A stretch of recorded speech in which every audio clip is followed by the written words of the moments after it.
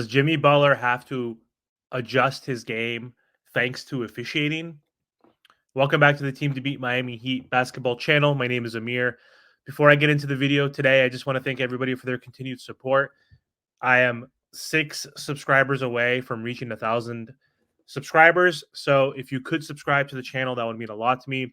If you watched my X Factor video, I mentioned that I'm going to be doing 2 giveaways once I reach 1,000 subscribers to show my appreciation for the support.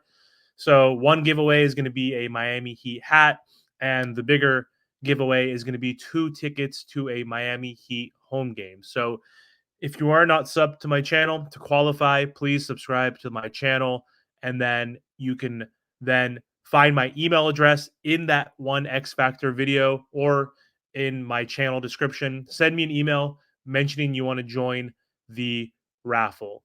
So thank you again for the support.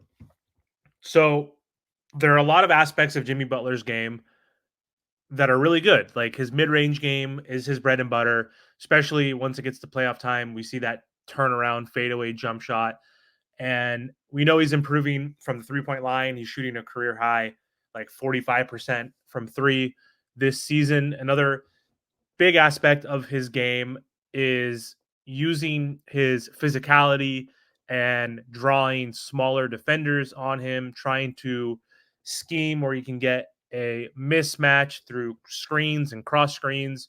And then he uses that to his advantage to draw fouls in the paint to get to the free throw line.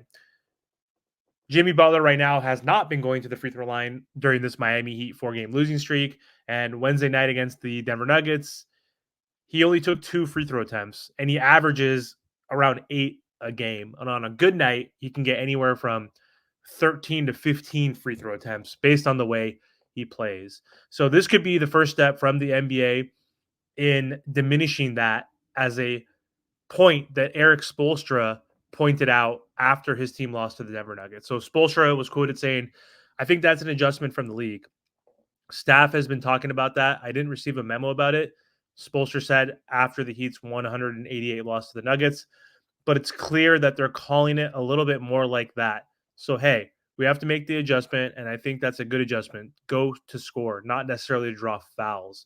So they're not blowing the whistle as much, and that's a problem because Jimmy Butler, plays, again, really rugged, and he needs to figure out different ways to get to the line without having to be so rugged. And I think that's attacking the rim. I think naturally by him playing more downhill and trying to get layups will help him get to the free throw line.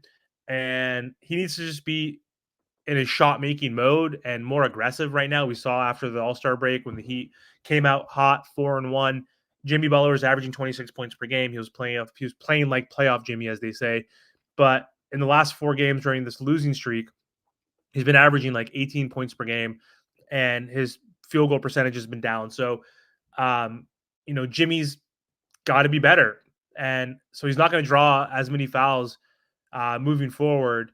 And I think that means, again, he needs to do a better job of playing to his other strengths and being aggressive and attacking different areas on the floor, not just the paint.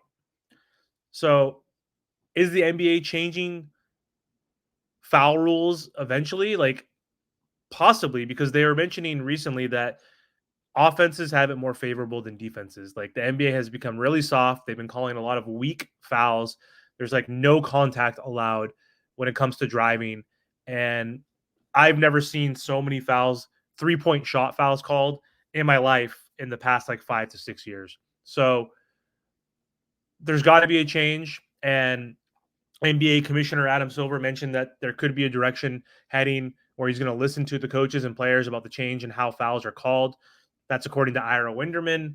And he says players are trying to overuse of drawing fouls and shooting free throws. We know James Harden was huge on that as well with his swipe through move. So luckily the NBA changed that rule. But he said Silver said, "I'm actually pleased with the state of the game." Having said that, I know there are some coaches who feel that we've hampered in some ways defensive players' ability to play defense, at least the way it used to be played in this league. In part, that's very intentional. There was a period of this time in this league when people thought the game had become too physical and we've taken away some of the aesthetic beauty from the game. I was one of those people that felt that way in the 90s. Whether or not there's needs to be any adjustments now, Silver continued, is something we listen to our coaches, we listen to our players, and the competition committee will continue to consider.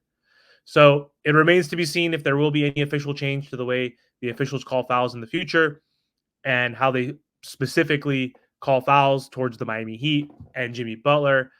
But an adjustment looks to be made about Butler's focus on going to the free throw line. And the Miami Heat only have 17 games left. They're 35 and 30, eighth seed. And we need to figure this out. We can't let that be the biggest hindrance to Jimmy Butler's game. We can't have him averaging under 20 points per game for the remainder of the year. So, anyway, thanks for watching the video. And don't forget to subscribe. I'll talk to you guys soon.